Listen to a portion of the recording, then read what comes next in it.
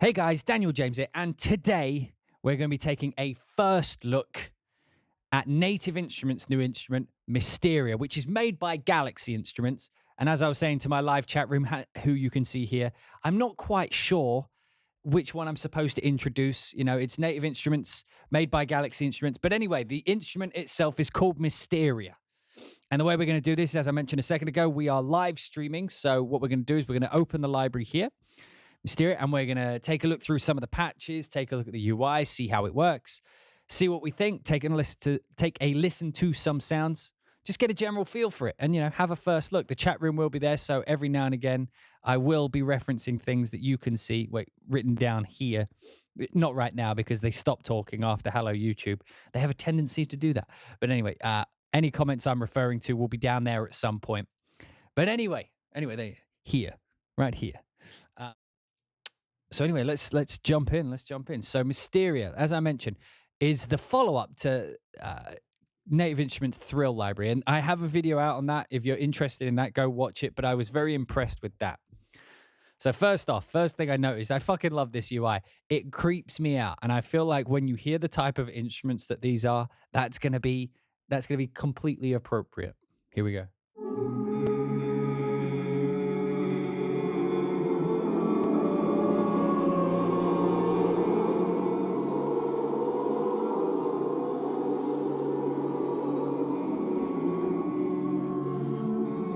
So the way this works, like Thrill, so up and down on this XY pad is the intensity.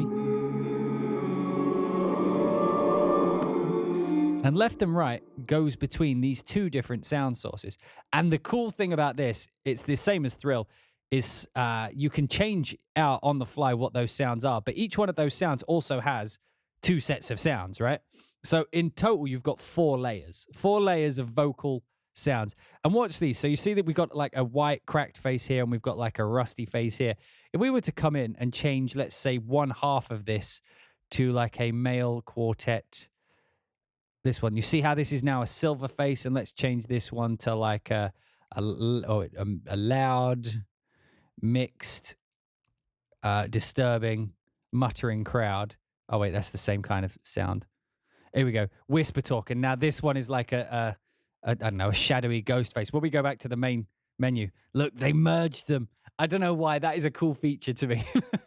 It gives like these really unique feeling elements. But anyway, that one patch we just had now sounds like...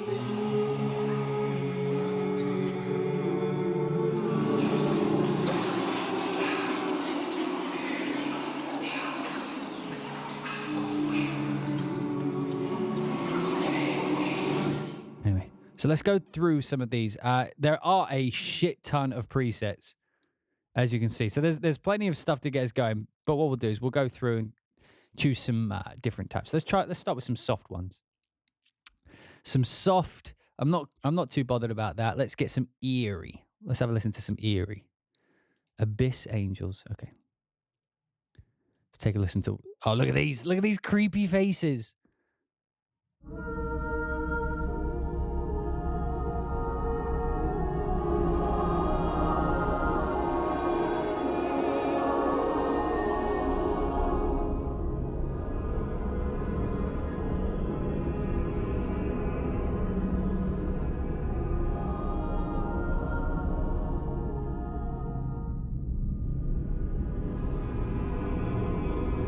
Man, that's so creepy. Bell toll. So what was that using sounds between? So you see this had Hell Creature and Overtone Choir. No, I wasn't talking to you, phone. And then on this side, we've got just spherical canon. So the canon ones are like these ones are very clear, like vocal passages. But this side, they are vocals, but they're not like overtly vocals, you know, like they're very they're just, how would you describe it? They're like sound designed, organic, synth-like patches that are based from choir. Let's have a look. Feedbacked. I'm into some feedback. Oh, creepy.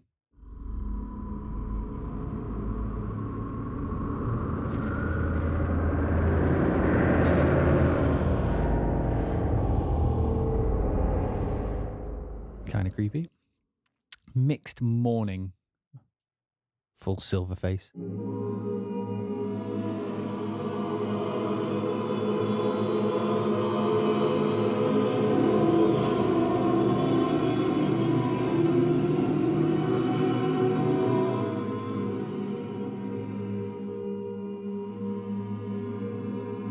Now, one cool thing you can do is everything, if I remember correctly, everything in this library has these little up and down arrows.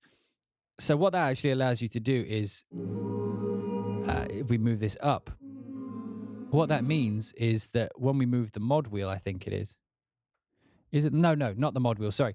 So when you move this up and down, so this then adds on to the XY pad. So this control is actually going to turn, when this, now the XY pad is down at the bottom, it'll be at the bottom of these. So when I'm at the bottom, you can hear I can go to silence. Or I can do the opposite. I can have this one get louder while this one gets quieter. So as I go up now, this one is actually going to get, this one's going to get quieter and this one's going to get louder. And then when I come down, this one's going to get louder and that one's going to get quieter.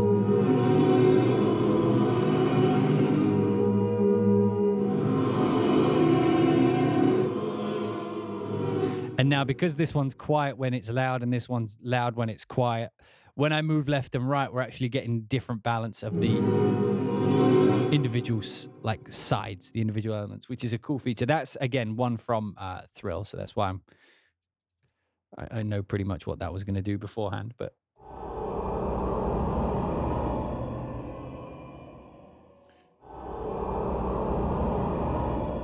look how creepy these are. Look, tell me that ain't creepy, chap.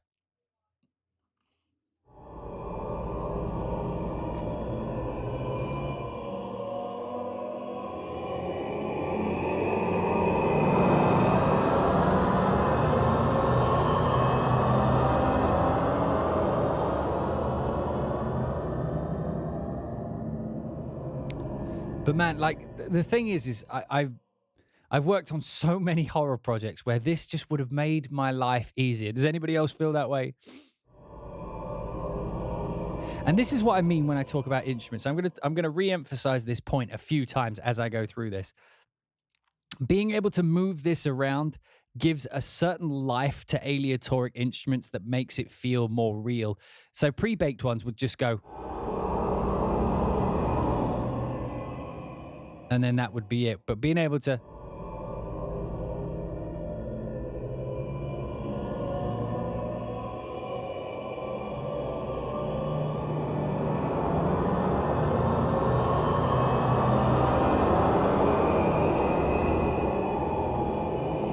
and then something bad happens, then they get away.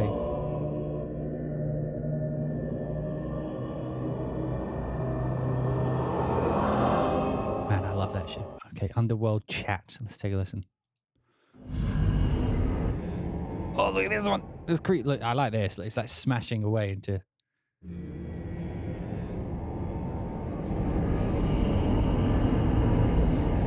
Basses in Hell. Right, let's turn this one all the way down. Let's just listen to Basses in Hell.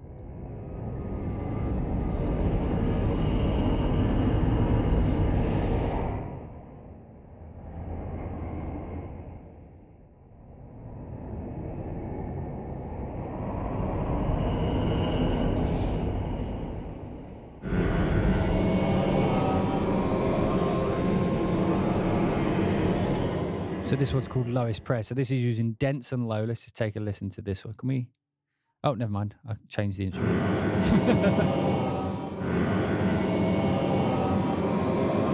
So the cool thing is you can also change like the tuning, the attack release, where the crossover actually is. So this layer will only come in at the very high end.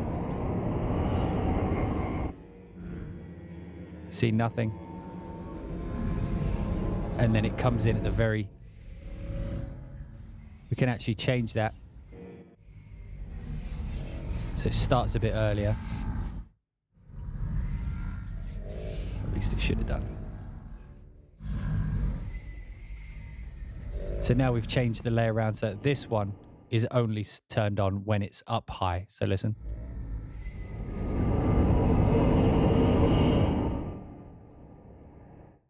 So that actually allows you to crossfade up and down between two sounds, and also crossfade between another two sounds on the other side, which can also have a separate layering system, which means that where you layer it will have completely different sounds.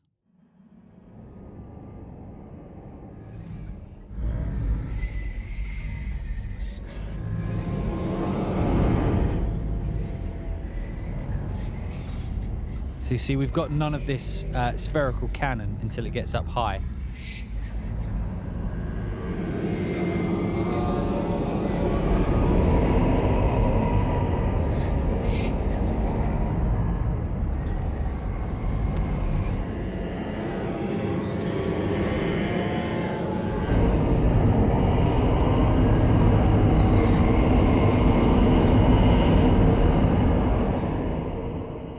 Oof. Creepy. I like that. Okay, let's try aggressive rather than eerie. Fogged tremor. There's only two. Fogged tremor it is. Oh, interesting.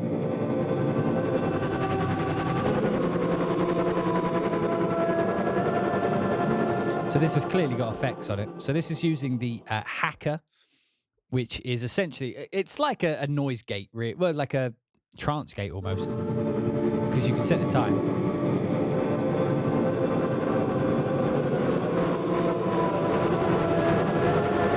And we put this one at eighths.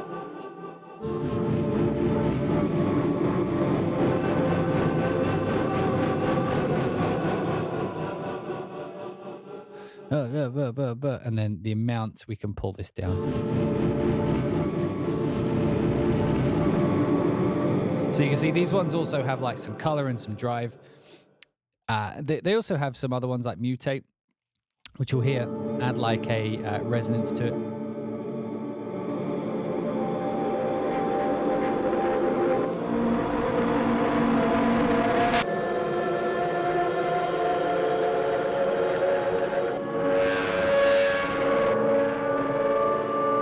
So things like this are cool because what you can actually do is you can set it up high, but you can also then add the XY pad control to it. So now down low, normal, but as we get more loud, we're going to get more resonant.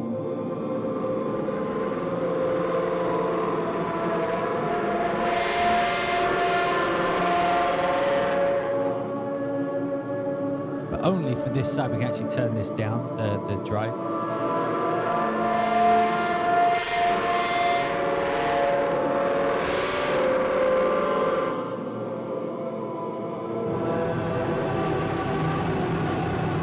So let's on this side maybe change it to an actual resonant.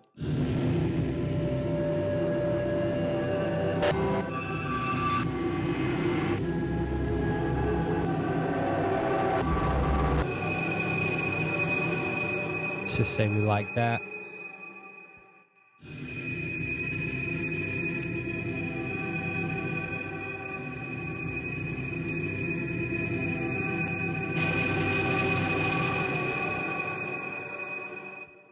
Okay, now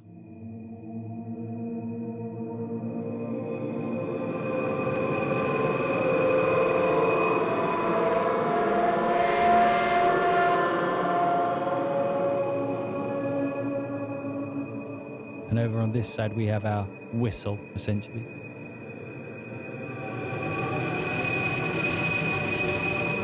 But we can also do it in reverse, by the way, so we can set this low and have it so that it's really resonant when it's low, but then not so much when it's up high. So let's try that. So really resonant here. And then less so.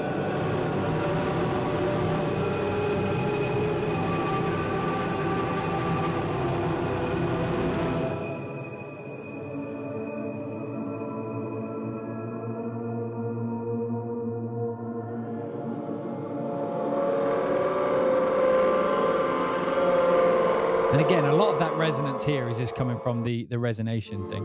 Resonator, rather.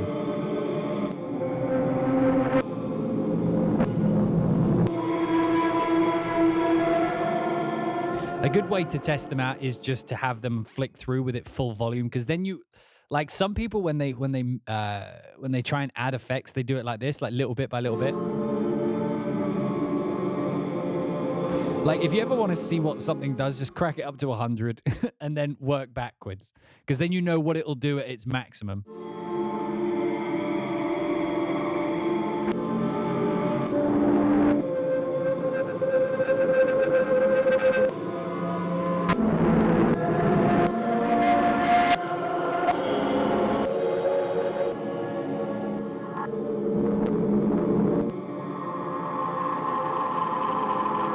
And you see how each just resonator, I'm not even changing the sound source at the minute, just changing the resonator completely changes how it works with the distortion and things like that.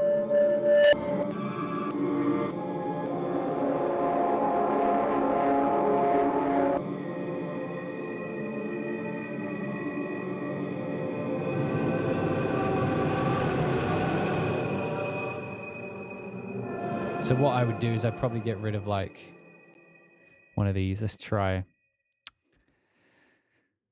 a large section with disturbing.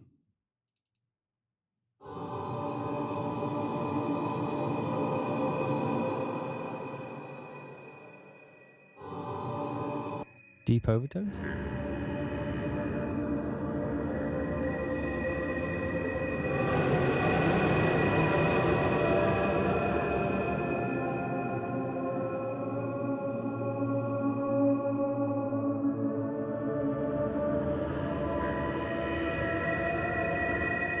Another cool thing they added is they actually added replica.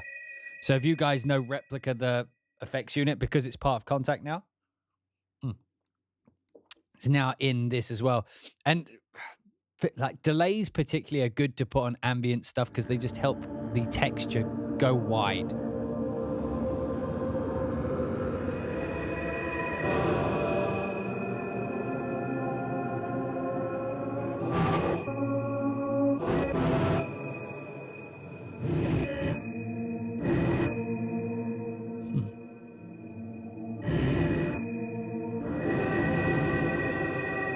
Interesting. Didn't sound like it's doing much, does it?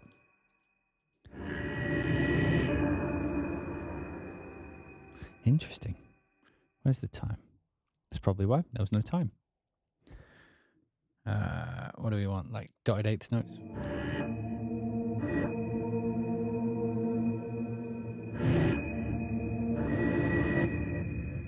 There we go. Now it's working.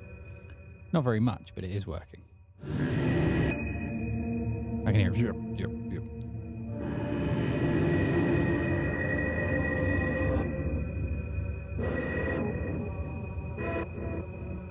You hear it? But we can also change this, to be like...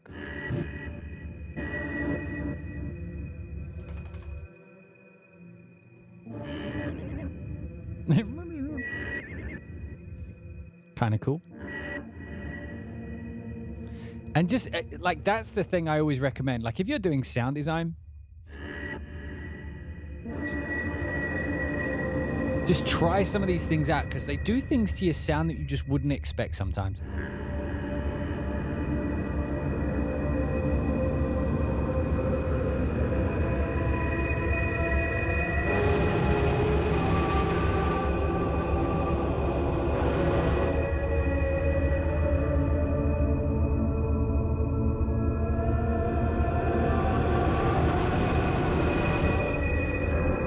Like, I would totally use that sound. That was just like one of many, though.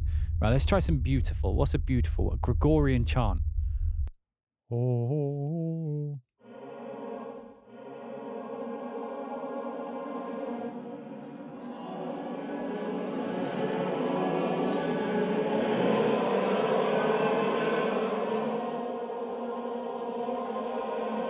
This is a good representation of how my face felt after I'd been out drinking. This is kind of accurate.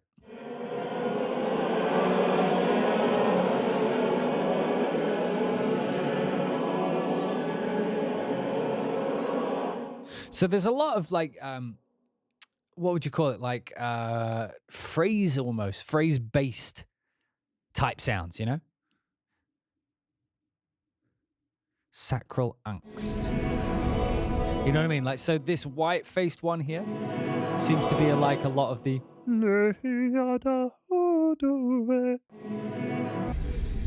And then these are obviously like the dirty, rusty ones.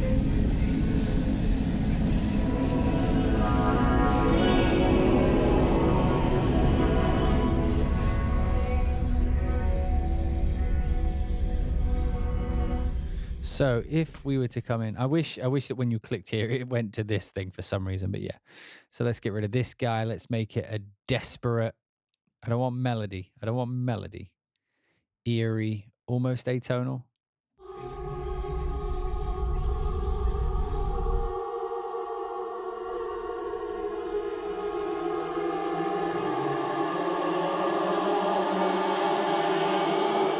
Like, that's a good build. That's a good build. But again, this is one where a bit of drive just on the top. Just on the very top. So we'll make it 100%. We'll make it like 80%, but we'll have it so it's turned down. Like this. Wrong way. So you have to pull upwards to go downwards. There we go. So nothing down here, but then as we get louder, more distorted.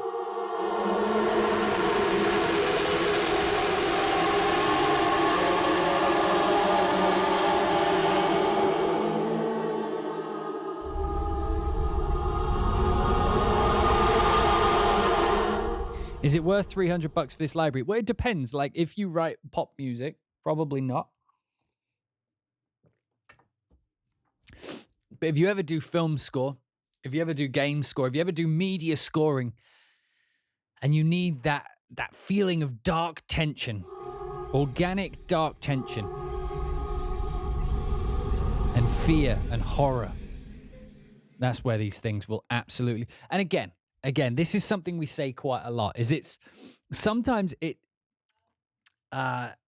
like you could do similar types of sounds with other libraries in other ways. You know, you could make things like this happen, but this library is specifically designed to do this. So if you need this doing in your project, this will get you there instantly. Saves you time, and it sounds better because it's been designed by professionals to have the exact type of sound that you're trying to accomplish. So, I mean, if you can make it unique yourself, which you can, it's absolutely worth it.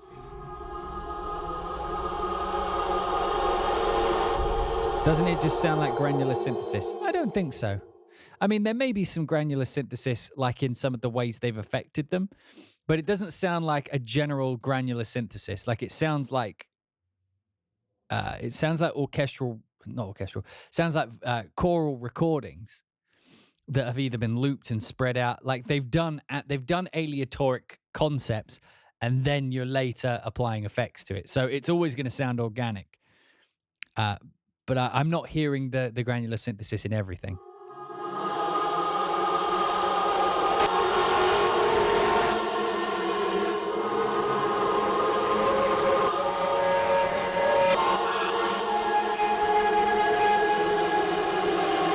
So here, just by adding because we've got distortion on, and the distortion comes after the mutate, we can change the resonance in the mutate or whatever, and it will actually affect the way the distortion goes as well. So without distortion.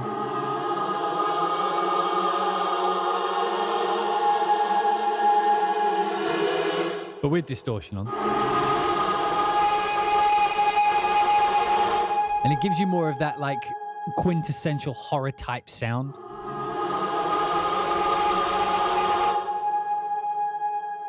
I do love that. Right, so now we can come to space, which is basically their reverb, and there's, you know, a few different types. So let's try a sphere, maybe.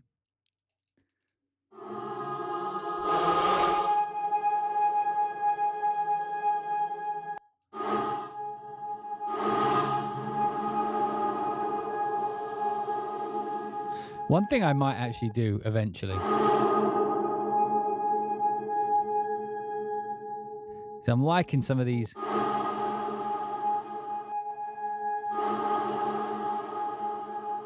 Yeah, I'm liking some of these reverb tails. So what I would probably do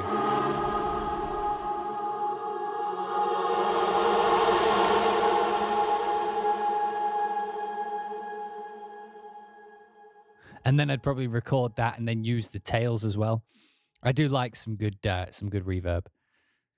Spaces. Let's have a listen. What we got? Concert hall natural.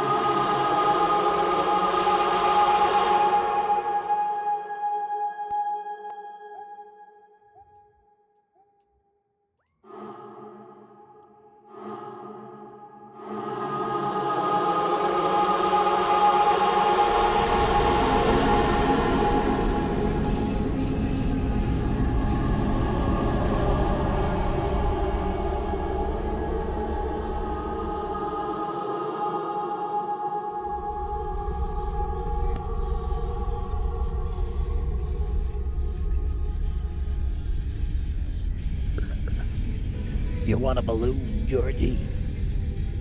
They all float down here. They all float. They all float. Hello, Georgie. I want a balloon. Disturbing. As if they were not already.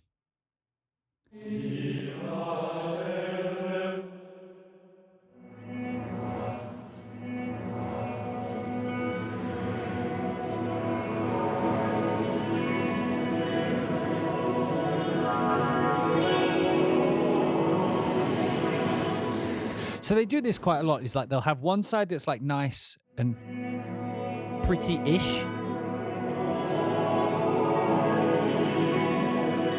And then on the other side, they'll tend to have like dark, ambient, and sound designy. So you can find your balance.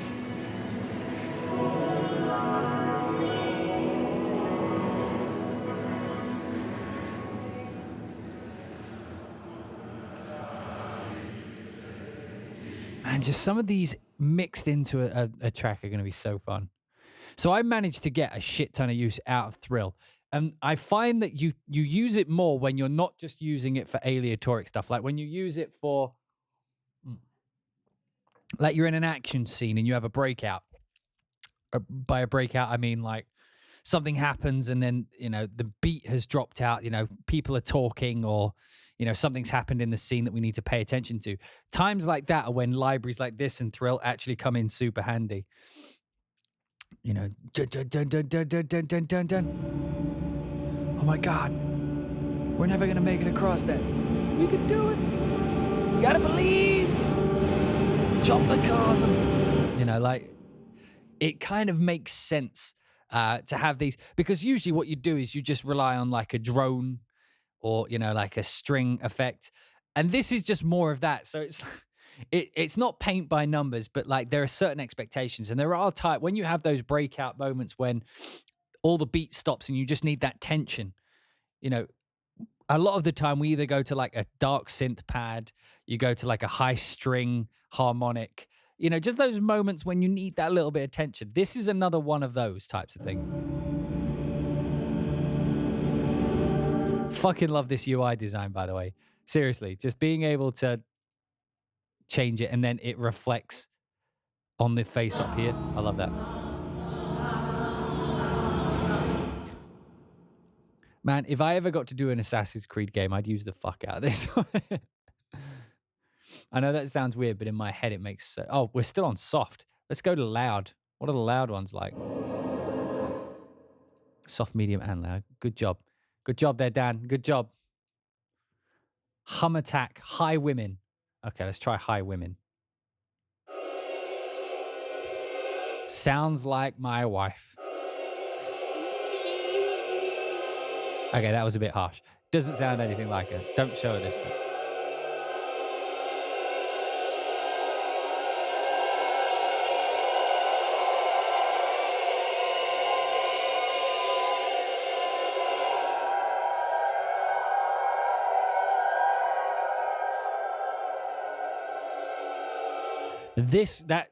National Music says, DJ, do you think this would be good for something like Dark Souls? Fuck yes, it would. That is a really good example of what it would be good for. By the way, we're still in the ambience. We haven't got to the clusters yet. I'll show you that in a second. So here down at the bottom, I haven't shown this yet. We have like the master page, so you can change the linear reaction. It doesn't really change much here, to be honest. But you can assign the CC on these. So if I change this to 1, you see that mod wheel will control it. I don't know what 2 and 3 are set up to be. But anyway, like on my controller thing. I mean, I could change it, but I can't be bothered.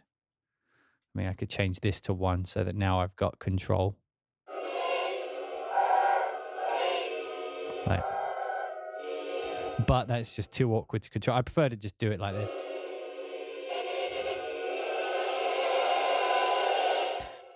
Cool vibe. So let's try changing this out again. Hi, women. It was distorted reality, a throwback to the Spectrasonics classic. What do you guys think? Let's have a listen.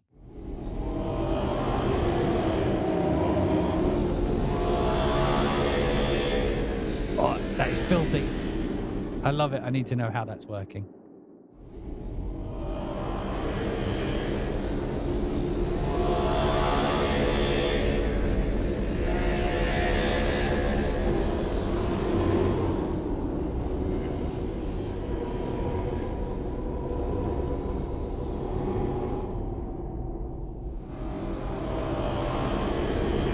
It does sound a bit didgeridoo-ish, doesn't it?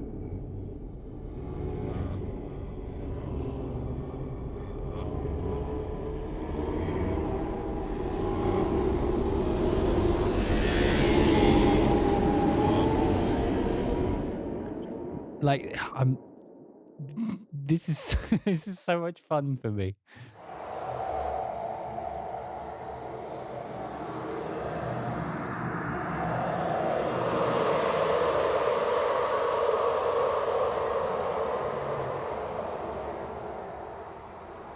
This patch is a good representation of how VI control sounds without me. Just the wind, the barren wind. I'm joking, clearly. Like this. Hello, hello, hello. Are there any music notes out there? Music notes out there. DJ. What's that in the distance? It's a moderator.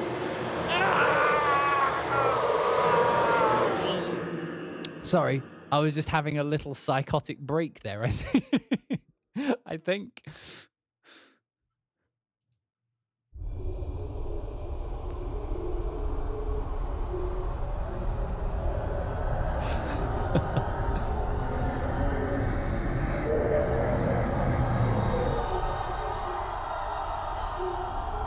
Yes, Callum walking alone in purgatory. Am I allowed? Do I exist? Do I not? Am I a real boy? Desert Carnage, that is awesome, right? Dreamlike, let's see. No loud dreamlikes, but we've got some.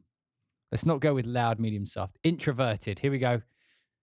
Let's see, does this reflect the majority of us? Here we go.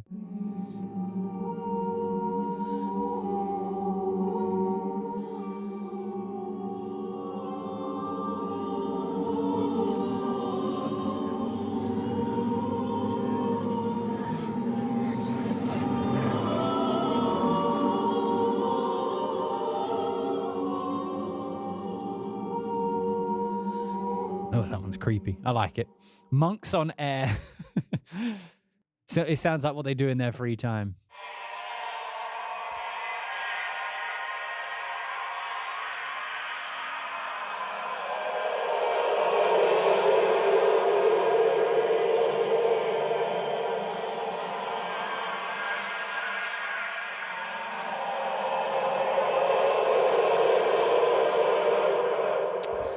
Nashi Music, what we the problem maybe would be if 2 or 3 game studios use the same for their horror games, they ended up having the same ambiences. Well, the thing is, if you're just using the presets, I mean, firstly, there's a lot of fucking presets. This is just the Dreamlike, hang on. So firstly, there's a lot of presets in the first place. Let me just scroll through. There's a lot of presets, and you have to remember, they're just presets. Like, so if you were to take a preset and just swap the sounds out for other sounds, but keep, say, the effects channel that they have, you're going to end up with a different result to someone else. Sure, it'll be vocals doing ambience, but that's like saying any song that uses orchestra aleatoric sounds the same. It's like they're similar ambiences, but when you listen to horror scores, are you really going, oh, this sounds like the horror score I already heard? It's like, well, no. What it's doing is it's playing off of the expectations of a type of sound. You have to remember, this is what film composers do in general, is we play off of the sounds that people expect, because it's like using the English language. If you shout at someone in an aggressive manner, we can interpret from that they are probably angry, right? That we do the same with film music language. It's like we use aleatoric strings and stuff, not because we're too lazy. It's because audiences already understand what that sound means, right? So we don't have to set up this piece of music in any special way that allows the audience to understand what the music's trying to make them feel. That way they can feel appropriate for how the film needs them to understand the contextual reference of the scene that they're watching. That's why music exists in the first place, because it's very hard to say in words sometimes how things feel. You just have to do like a sound. And you're like, ooh, I get it. You know, like, there's no way to explain how that feels. I mean, you could try, but to re-replicate it would be similar. But an audience would understand that if there was a scene of like an empty hallway and we started going,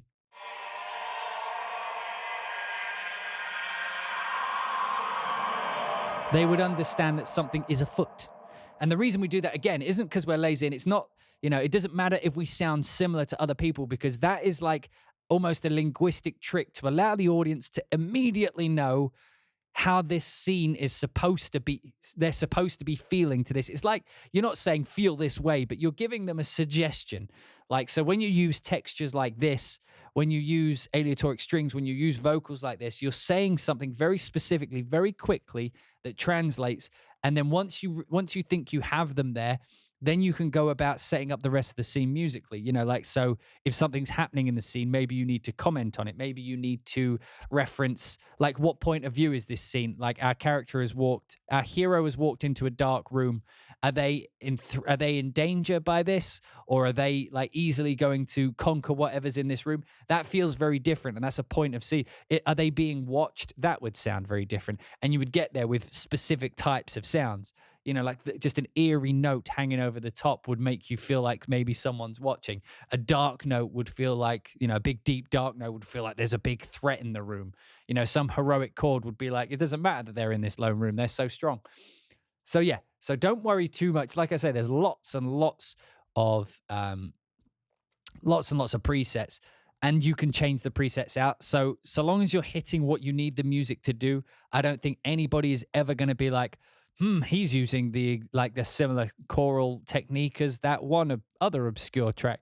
It's like, unless every single person in the industry is using this on every single track, no one, and I mean probably even other composers, won't realize that you're using something like Mysteria, so long as you're not just using it by itself. Like, if you add strings, if you add anything else, you add piano, you add something, it's going to work. And people aren't really going to be like, oh my God, you just used Mysteria again. Oh my God, you're such a noob. You're a preset noob. I don't know where that accent's come from. It's like a choral thing. Is there a library like this for orchestral effects? There is orchestral effects. That's Thrill. That's like what I showed earlier. Just a quick example of Thrill, which is the...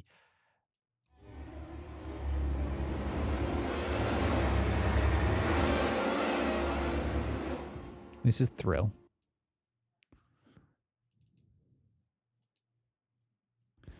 This is Thrill.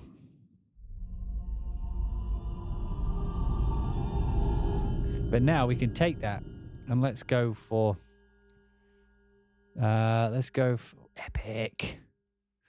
for epic.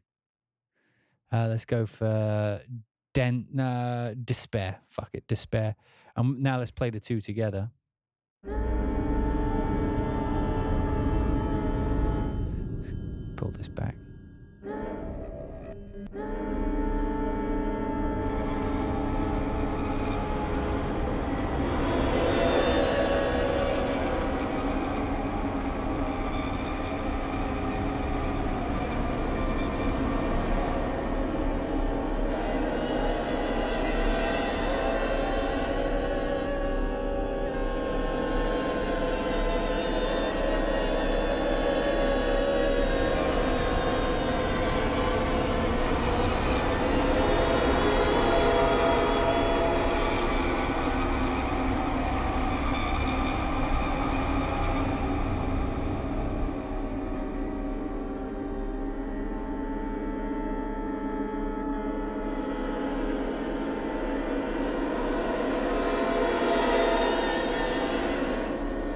Is there a way to sync the XY pads? I mean, you could,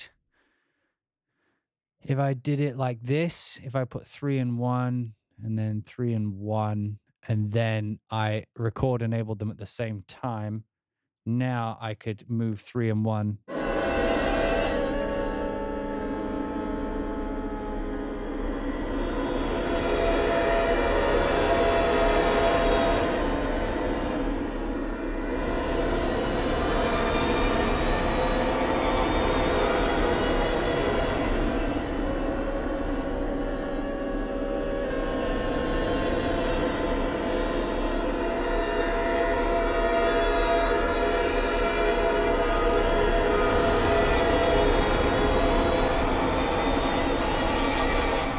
If you're wondering how I did that, is so on the like master control button here. Let's just get rid of Thrill for a minute. So when you click on the master button down here, on the bottom right, you get the XY MIDI control, and you can choose what MIDI CC you want to actually control. Now I use a Korg Nano control, and all of these faders are actually set up to individual MIDI faders, and I don't have one for number 2. I think I do, but like actually I think it's that one, isn't it? Yeah, but I don't have like a MIDI 3, so I've set it to MIDI 1, which is mod wheel. So all I have to do is move those two and I get the same together. And now if you loaded something like Thrill on the separate channel and set the MIDI notes for the MIDI XY MIDI controller as the same numbers, and then as you can see here, record enable both at the same time. When I play a MIDI note, it'll trigger off both. And when I move a MIDI fader, it'll move both of the same ones. Makes sense? Makes sense. Get it? Got it? Good. Okay.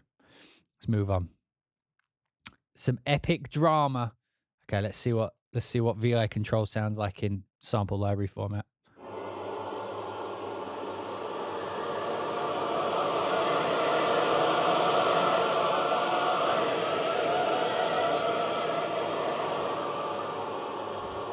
This is what I hear when I've said something bad about a sample library that people are fans of, and they're sending me messages. This is what, like, and it all comes in one big clusterfuck of hate messages. This is what I hear.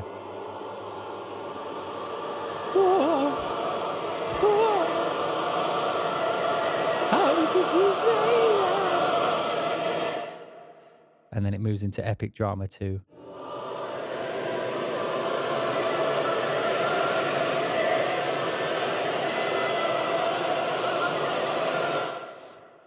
Is this even useful? Depends what you're doing. Let's say it's something like Dark Souls.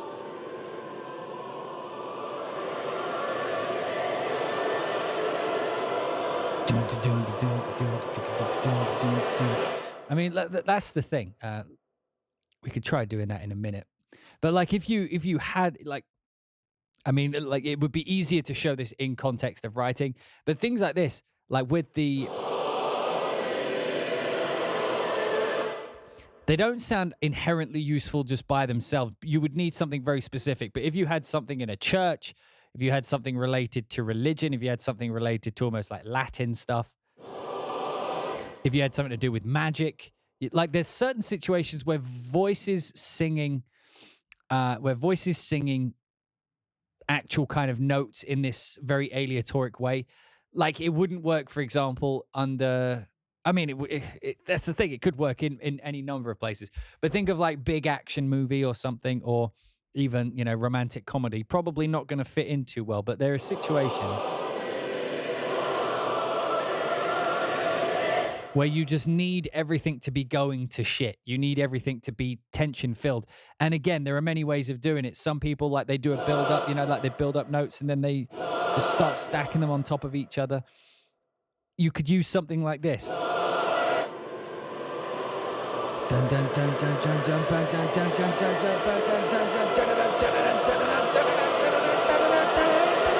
dun dun dun. You know what I mean? Like, it helps with the build, and that's where the things like being able to move it come in handy, because you're doing the actual rise rather than having a pre-baked riser of this type of thing. So again, it depends how you want to use it. Again, like that's the thing. Instruments are all about how you use them. Like inherently, they're useless by themselves. Oh, I already like this one.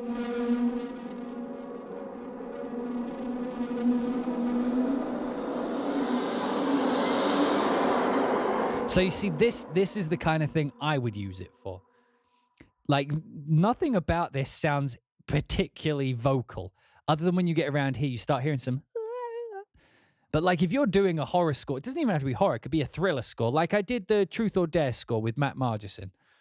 Like, this would have been perfect. You know what I mean? Like those scenes where they're walking into a dark, like the monster is there. This isn't Truth or Dare. This is just, film score in general.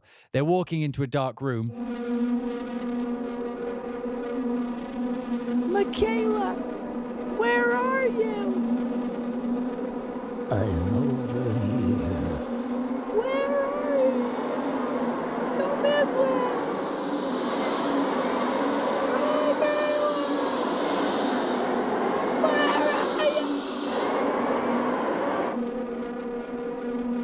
Anyway, so and that's what I mean. It's inherently by itself, it's not doing much, but like with the ability to morph these sounds and move them at will, it allows you to go with what the action's doing. Like I say, if the way it would work before, and this is the reason I was so big and hype on Thrill. Before, let's say that you had a situation where like a character was walking again into a dark room and they're shouting for their friend. You know what I mean? You would build up, and this isn't a wrong way to do it. This is just how you would do it before. And you would build up musically with like strings. You'd follow the action, like, are you there? Like you'd have the strings do something. But things like this are fun because it allows you to go along with the actual scene. You're doing it like you would with an orchestra. So if you were doing aleatoric, you'd have your film up, and then like, you're doing your techniques, but you can also feel it out. You could be like, okay, this bit needs to be a bit more intense. Okay, and she's turned around, there's nothing there, let's bring it back down. But that way you're playing the ambience. Playing ambience isn't actually as common as you would think. A lot of the time you get a drone, and what you're doing is you're just moving either like a filter across it with a bit of reverb after it, which works, but it's not really changing the sound. It's just making it less filtered. Something like this, because it's multiple layers of recorded samples and you're crossfading on one side between two on the other. So you've got 4 that are all crossfading between. You can follow the action.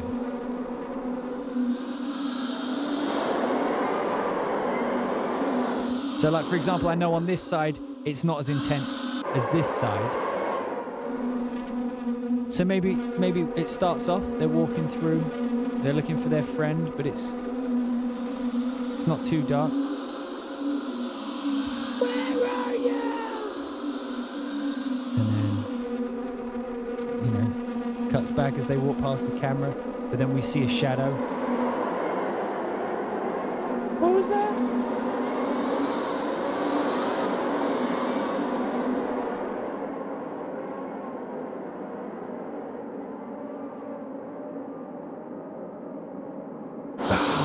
And then you can bring it down, you can let it settle. And that's the point I'm making, is the reason things like this are good is because you're following the action like that, you can actually musically play ambience, which a lot of people don't realize they're not doing if they're just controlling a filter on a synth pad. Yes, it works.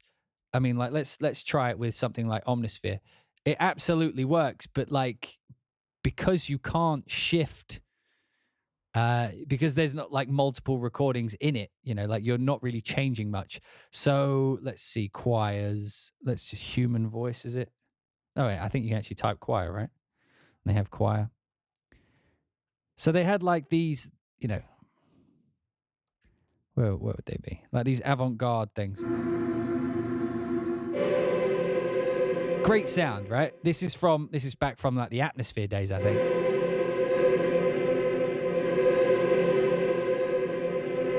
And that's the degree that you get to manipulate the sound.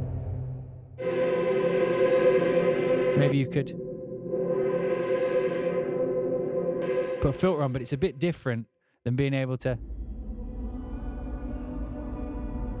It's actually kind of a similar sound with vocals, but.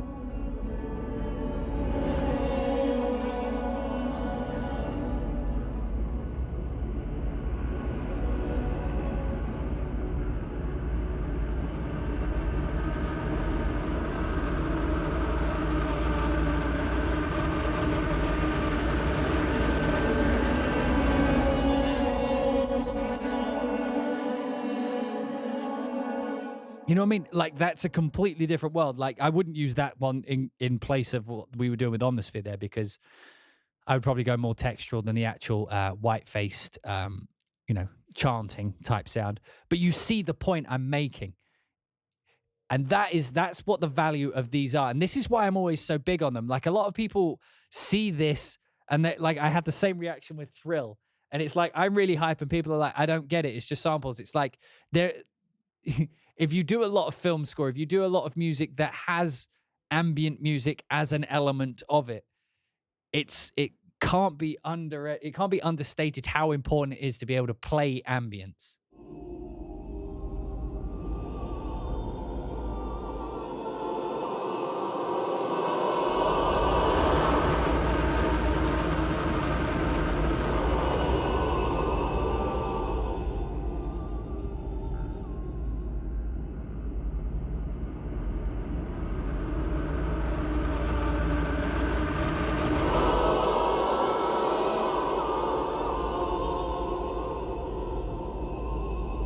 Man, just some of these are amazing.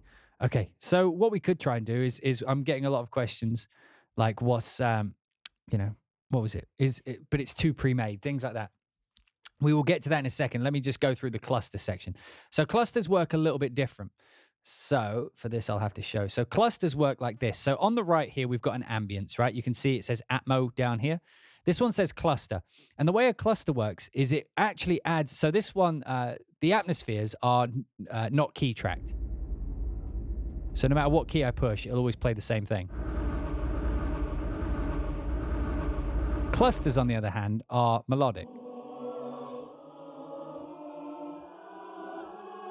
And what it does is you can actually add at these different notes. So you see this is parallel with 4 voices. So what it's going to do is it's going to parallel add these voices in the further up the XY pad that I go. So bring in a low 2, then a high 3, and a higher 4. If we change that to add on,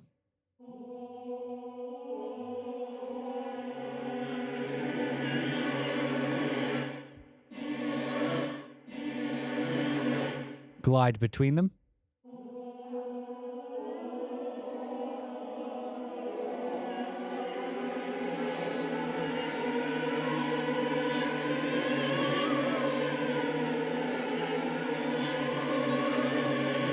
So this one's sliding between 3 and 4 here. Let's just have them all except 2.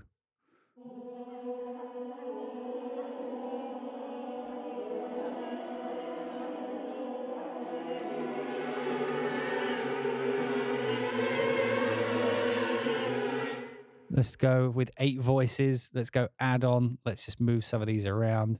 Get some really dissonant things going.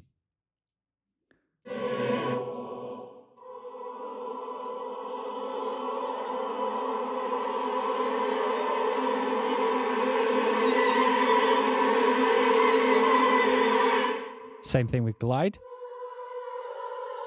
And you can hear how I've overstretched them. They're like, oh.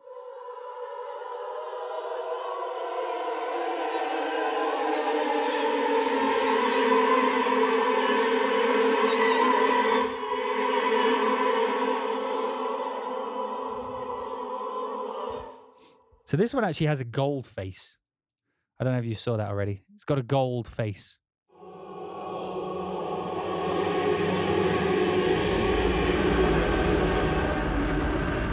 So this one's cool because they've layered the cluster with the atmosphere. We can go up the cluster. Okay, let me just increase the release.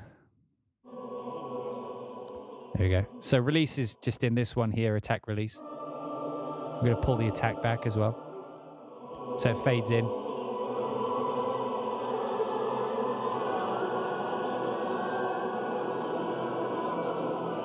So you can't really hear it, but I'm playing like notes, you know. But that allows me to do this, but at the same time bring in more notes with the keyboard.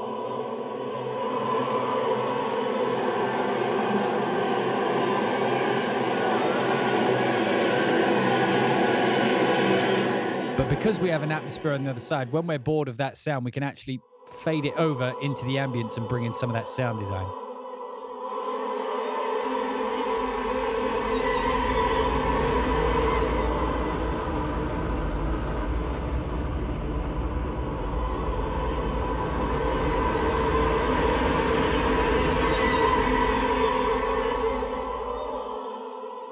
And we can also take that, what we've just set up, and we can maybe change it to soft vowels.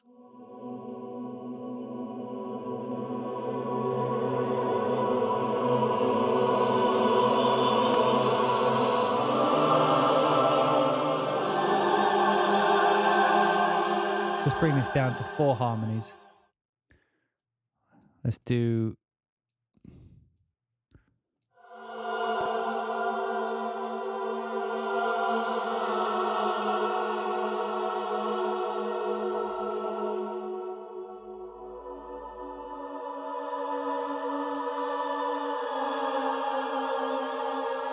So that's where you end up with like your kind of dark soulsy vibe, which is very cluster, but cluster moves. So you can actually play cluster moves, sounds like Buster moves, but like, anyway. So you can get something like that. And now just by changing note, you end up with cluster chords.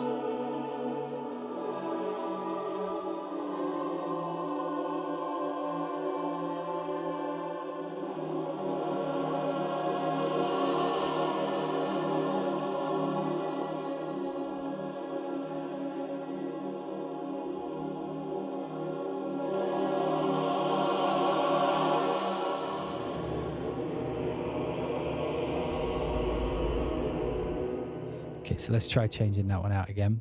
So instead of soft vowels, let's try grace notes. What's that going to sound like?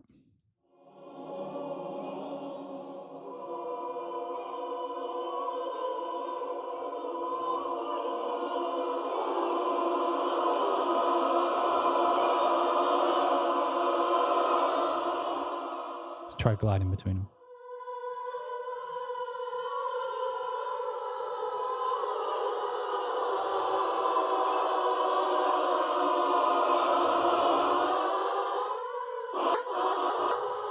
So that's doing some crazy stuff. So maybe we could do like almost like a rise. So if we have these ones at the end coming up like that and we're on parallel, we might be able to do a bit of a riser.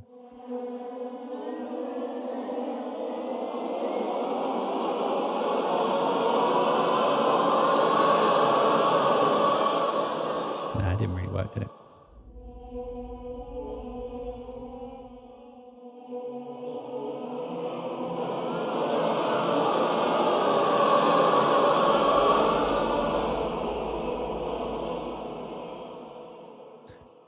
What other clusters do we have? Let's listen to some of their clusters. Let's try evolving major. That's going to be interesting.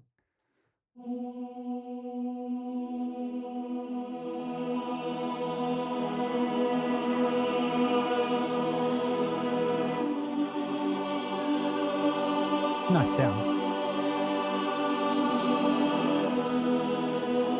So for that, I would want to... Let's put the release time up.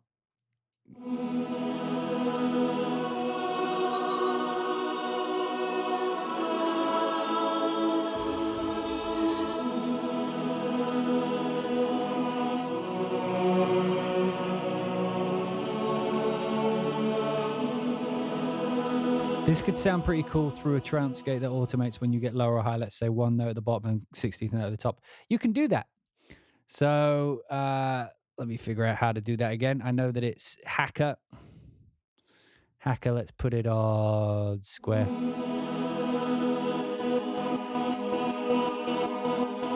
That starts at 1 quarter. Wait, what did you say? 1 quarter and then goes up to 16th. Okay. Quarter note and then goes up to, where's 16th? There. Ah, fuck.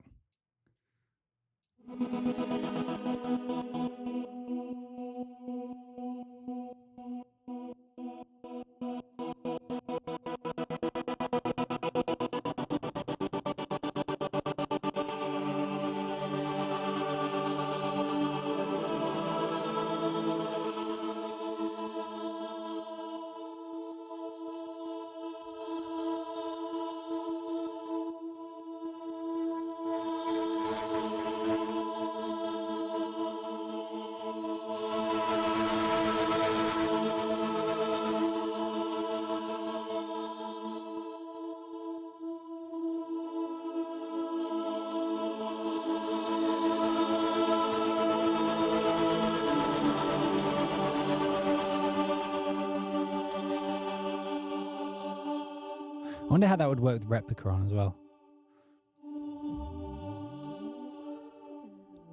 Put this on like an dotted eighth note.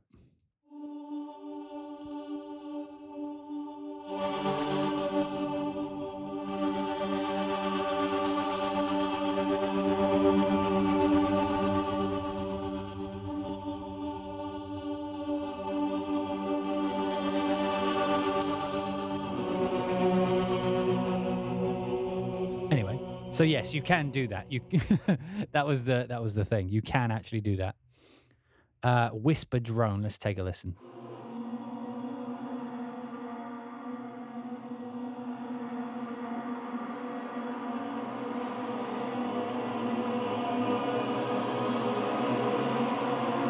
I replaced that, didn't I? I didn't mean to do that. All right. Let's melancholy.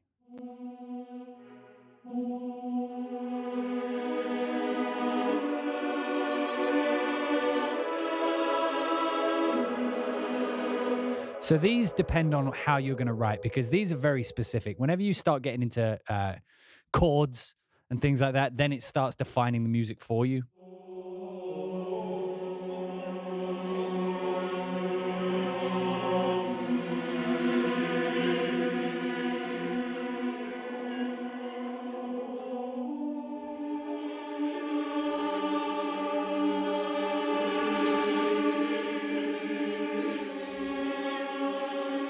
You could make some awesome creepy tones. Romantic and lyrical. Okay. Let's see what you got.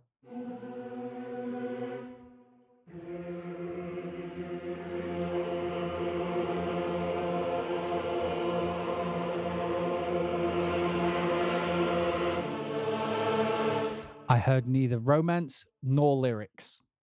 You have failed me, Mysteria. Soft sixth.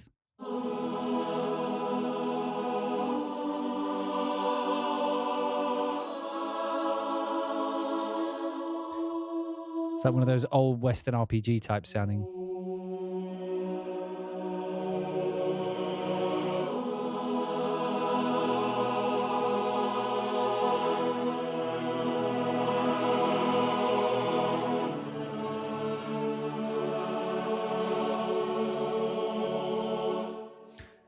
I feel like this one just needs like a shit ton of reverb. Let's put it in large concert hall.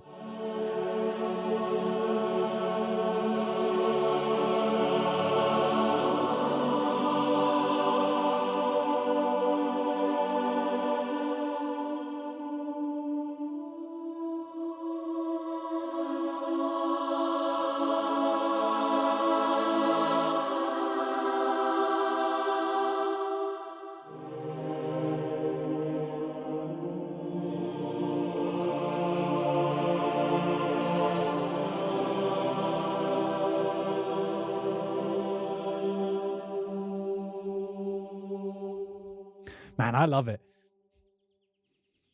I'm seeing a lot of like, I just don't know when I'd use it in the chat room, which is a fair assessment. However, when you do need it, it's one of those ones, you know?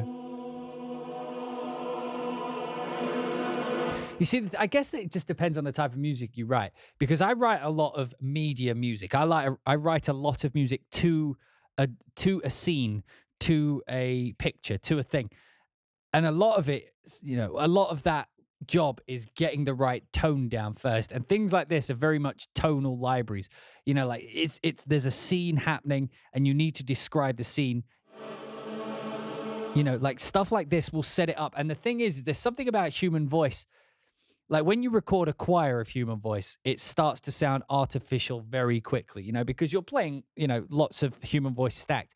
When you have recorded aleatoric ones, it's the same reason as why like a tremolo patch sounds more alive than a sustain patch. And the reason is sound is just the movement of air. So the more not aggressively, but the more intricately you're manipulating the air when you're recording, the more realistic it's going to sound, because it's got more realistic things we attribute to sound, like reflections off of hall walls and stuff. That's why dry brass sounds crap, but brass in a massive room sounds awesome. The room is part of the instrument.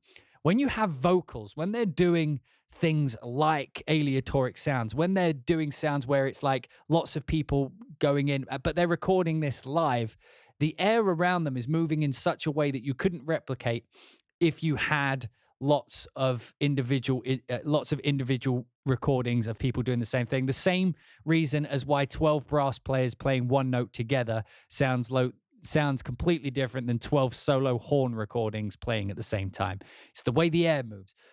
So something like this is a very good way as well to add the feeling of reality to sampled mock-ups.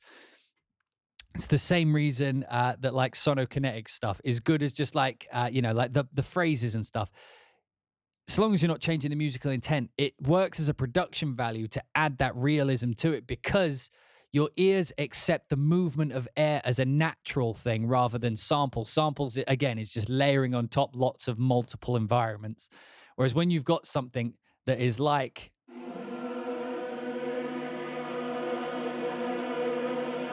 Like if you tried to have a choral patch go, you had like 4 or 5 of the same patch and you had them layering in between, it would sound good, but it wouldn't sound as natural. If I drop that into a texture of something happening, well, let's try it. Let's put that to, let me just double check this. I'm going to try it. I'm going to play the cyberpunk that we played last week. I'll turn it down and let's just put it in. So here's the piece, we just put some...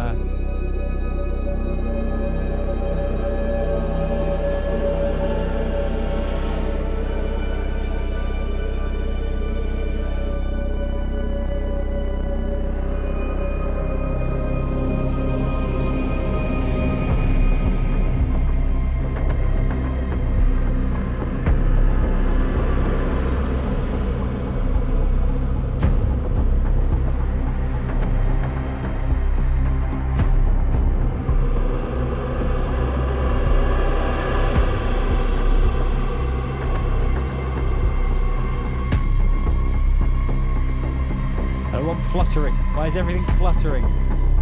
Minor drama. This all would sound weird.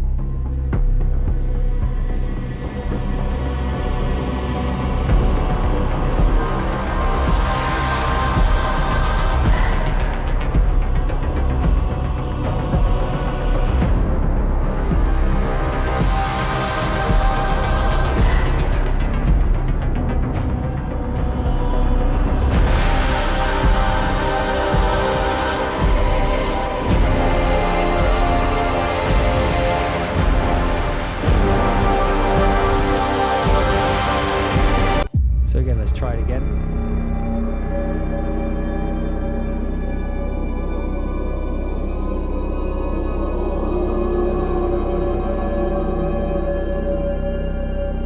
You hear the difference? Like it's something you drop in, it just adds to it.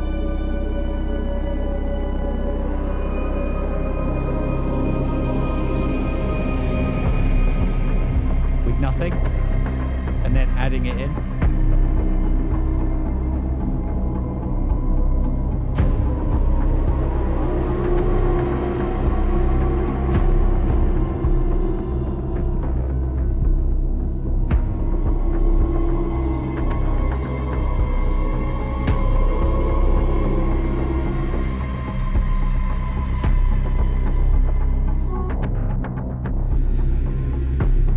Let's try that bit.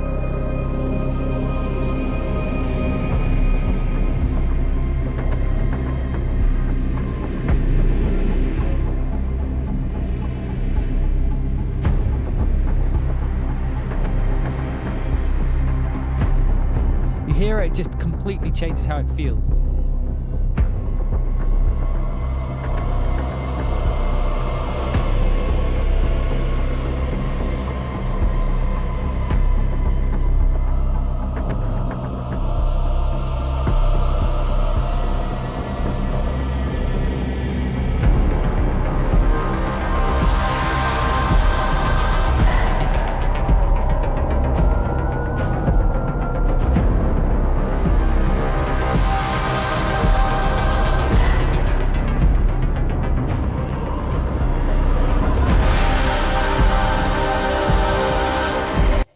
But as an example, you get what I mean there, right? Like it just in those sections where there was ambience, I was able to just layer it in. And it's not that it was like people are claiming, like people are saying, it's not going to be like getting a completely new brass library or something like that. It's a way to add unique kind of texture to your thing. Let's try making our own. So atmosphere init. Give us the init. What does the init sound like? Okay. So let's just go sound by sound. Let's turn everything off. So what kind of sound should we make?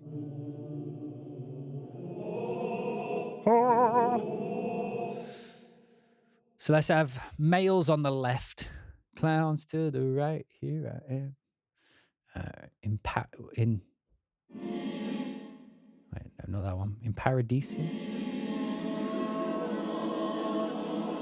Intense. Give us the intense. Okay, and then we'll layer in whispers. Okay, that's cool. This side.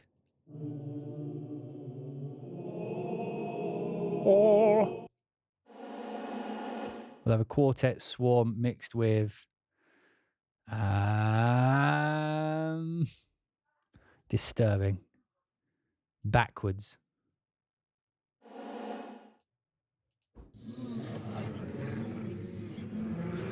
So this one's going to come in, but only at the very, very top, which is like that. So it's going to be like this.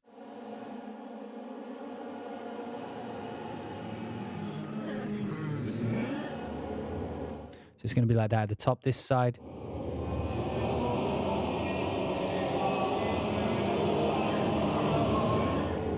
Okay, I'm digging the vibe.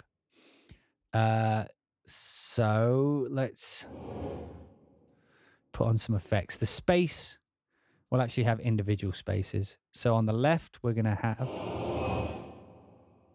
fact, let's not do the space. Let's do a mod effect. I like this. I like this kind of resonance thing.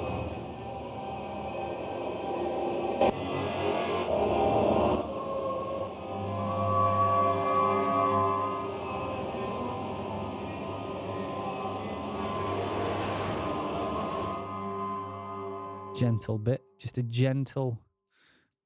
It'd be good if I could get in and like adjust this more. I don't think there's a way to do that though. So we'll have this turn up as well, so we only get the resonance at the higher end.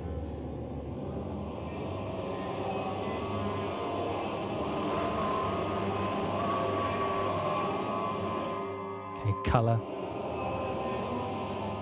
So the color kind of works like an EQ kind of thing. It's hard to explain, really.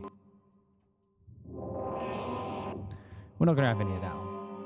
Okay, so, and then in space, we've got a church in at the minute. Taj Mahal.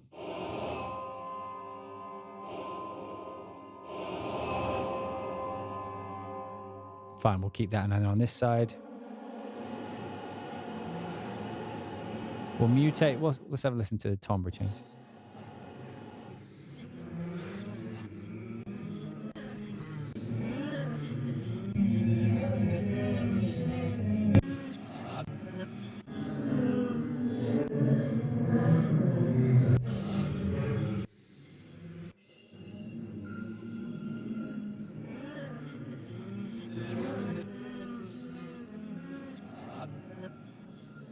That is creepy.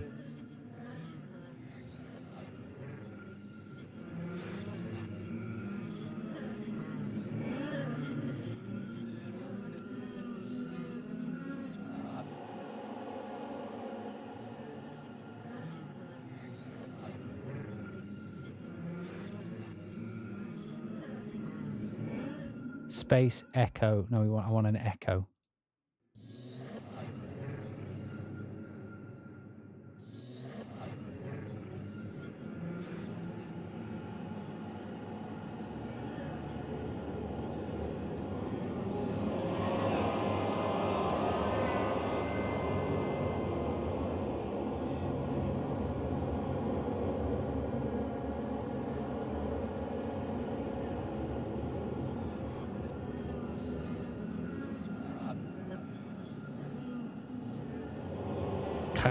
It's creepy. I like it though. Can we do this? Can we do this? Can we change the backwards to a... No, I don't think we can. Can we change the user? We can, to a cluster. So let's try having a cluster on the right. An extreme cluster. Evolving.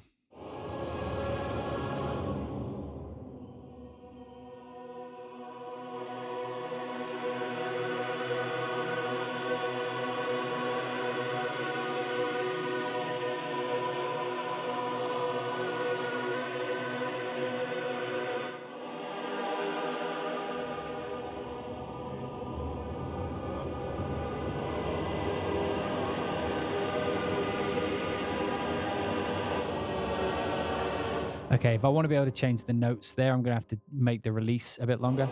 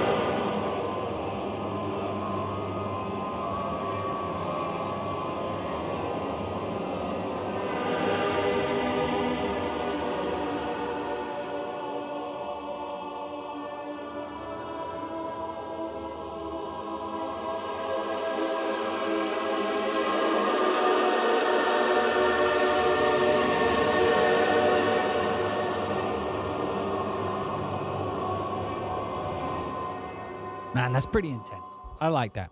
So here we also have some control. So let's say, for example, you just want to do like a quick mic change. You can do the just ambient or just close. I prefer the full. I don't think I'll ever change it off the full, but it does exist. Should you ever want to. Should you ever want to. Let's have a listen. Hybrid. Okay, you have me at hybrid. Ancient didgeridoo. Oh, okay.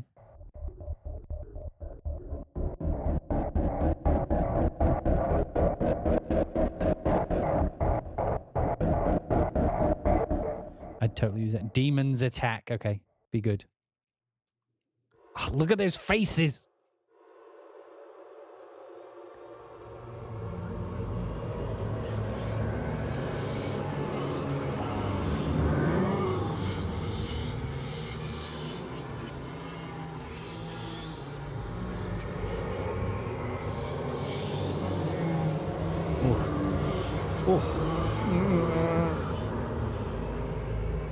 I don't know about you guys. I'm literally going to be using the fuck out of this. Like, I know you guys have your reservations. I am so into this type of sound. Like, I think I showed the exact same thing with Thrill. Just having the controls and this XY pad be able, like, again...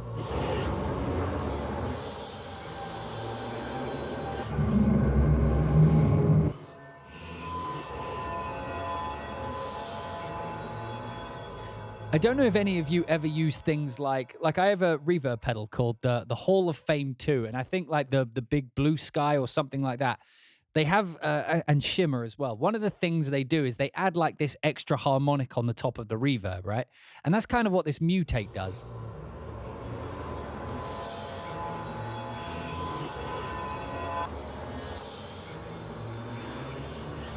Right? So if we add, you know, something like that, and you put the blackest of holes on it.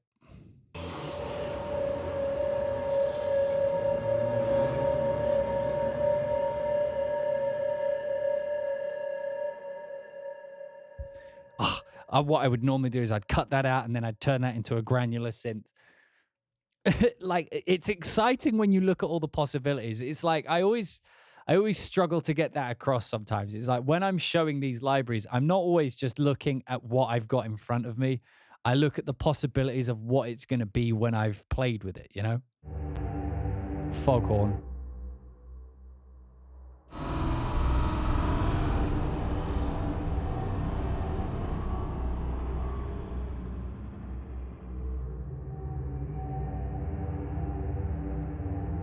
Like, this bit alone could hold up a part of a scene.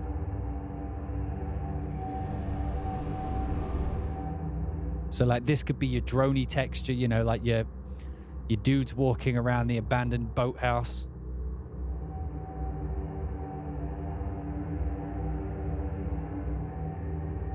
And then, you know, starts getting a little creepy.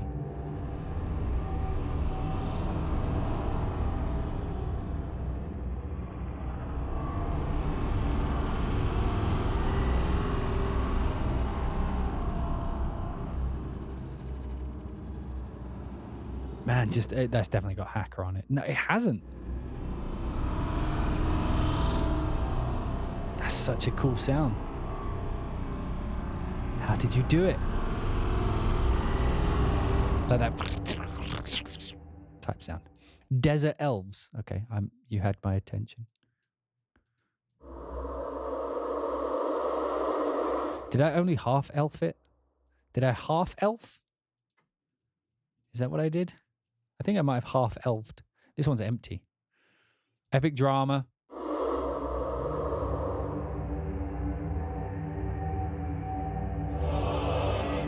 I wonder if I could like pitch those down, what it would be like.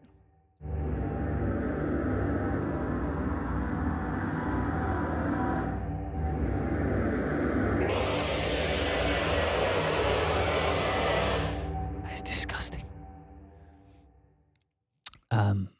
Vows just desperate.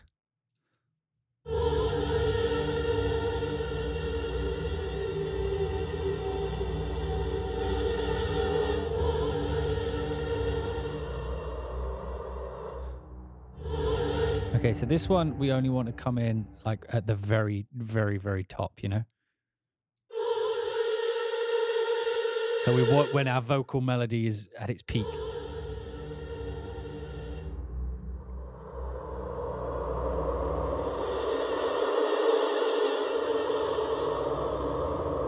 For that to work, though, it needs tail. So we'll give this a bit more tail. Let's try a sphere.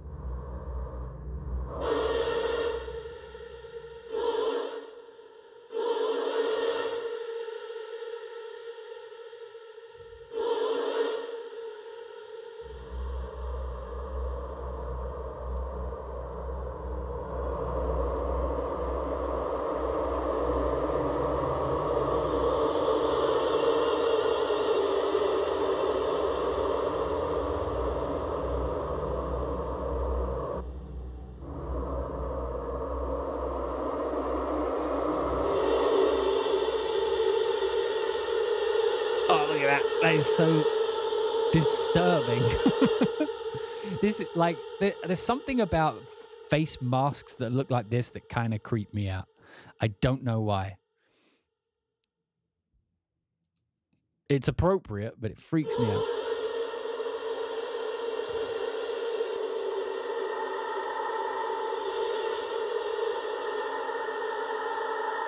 I actually like that.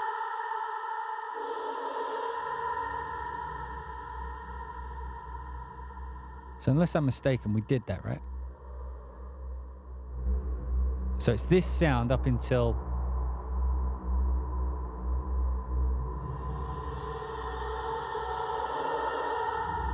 So what I'm doing here is I'm setting up this, what would you call it? Mutation section. So that only happens on the...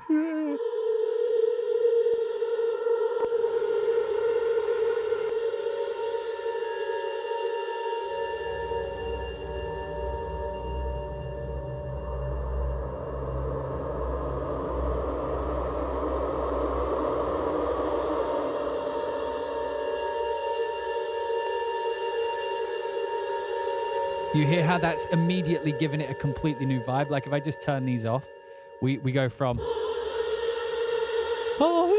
which is fine, to this kind of creepy.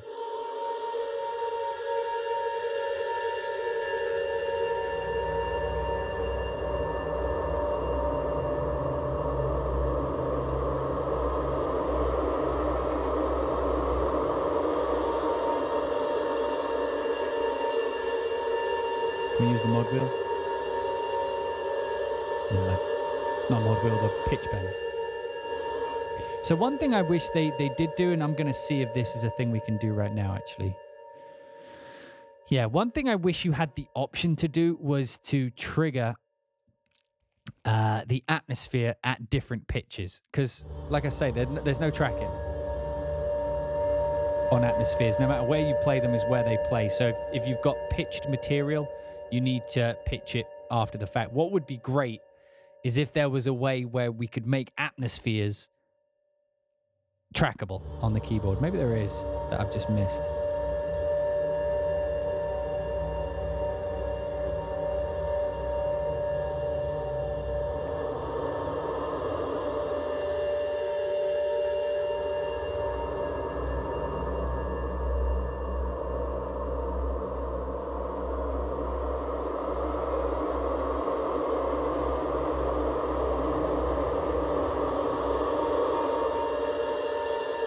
And again, we can change how this feels just by changing the sound.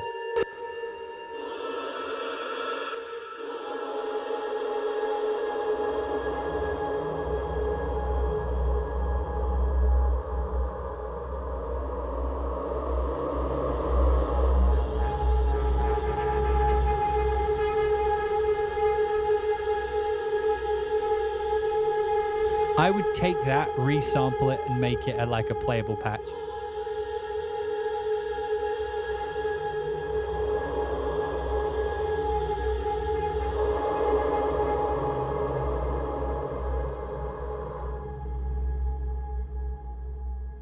But yeah, I mean, beyond a lot more presets, there's not much more I can show you guys on it.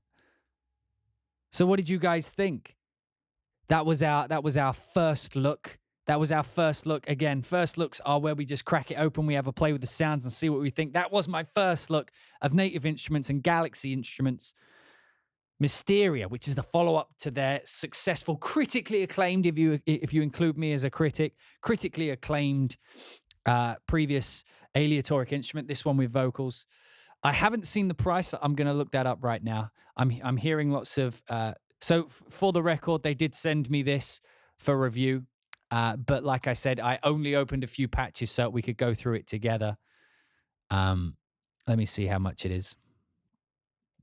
So it's $299. So this is definitely a professional aimed product. It's not for the casual kids. And I kind of understand that. I get that, because instruments like this are insanely powerful for what, if you're doing this specific thing, I was a big fan of Thrill. And the concept to me perfectly translates to vocals. As someone mentioned in the chat room earlier, if you're into the soundtracks of like Bloodborne and Dark Souls and Demon Souls and all those kinds of very Western dark RPG vibes, then you want to write that type of music, this library is perfect for you. As mentioned, it's $300, so it's expensive. But the thing with sample libraries is, and I even say this about sample libraries that I'm not a huge fan of, is when you're looking at sample libraries, you have to ask yourself, am I getting this as part of my job, or am I getting this for fun? If you're buying it for fun, then it's a sunk cost. It's a cost that it's money you're spending and it's gone. If you're going to buy this for work, it's an investment. And let me explain how that works. And again, I'm not just saying this for this library, I apply this to any library. If you spend $300, that may seem like a lot now, but let's say that you hold off buying it and then all of a sudden you get a horror short film. I don't know. And let's lowball it a bit. You get like 10 grand for your work, right? Let's say that you buy this sample library and it allows you to complete your work 2 times as fast because you no longer have to create vocal drones of your own. You can make your own presets, use the things, and you're making all these really professional sounding textures and ambiances, and it's done. You've spent $300. That amount of time saved, that amount of effort that you've managed to no, it's not effort. That amount, yeah, it's just that amount of time that you've managed to save because you no longer have to create the things from scratch. You're now playing the choir like an instrument rather than just using pre-baked loops to try and improve the production. Because you could try and do aleatoric stuff with individual choir samples, but like I mentioned earlier, it's not going to be quite the same as having them recorded together. So then you've spent $300, but it's already paid for itself. It's already saved you more than its value in time. So it's already paid for itself, but then the next project comes along and you can use it in that. And then you can use it. So the longer you have it, the less expensive it actually ends up being. The more times you actually use it, it's not lost money because you're using it to make money back. So I never look at the price of sample libraries that I like and I'm going to use that much. That's why I can justify to my wife spending $1,000 on a thing, but I'll complain if I have to spend $80 on a pair of jeans, It's just how you perceive it. And so something like this for me, you guys know the types of projects I do, the kind of work I do. This is perfect for someone like me because being able to create those organic yet controllable vocal ambiances is very important to me. And I can, if I want to, render out some of those things as, audio files, manipulate them in audio, load them into, pigments as a granular sound, create my own contact patches. There's a lot of sound design opportunity within it. Just to make cool sounds, make your own risers, make your own clusters, build your own bank of sounds. There's lots you can do with an instrument like this. And it's the exact same feeling I had when I got Thrill. And I have used the fuck out of Thrill. Thrill was a comparable in price library. And I've used it in so many places that you just wouldn't think that you would use it.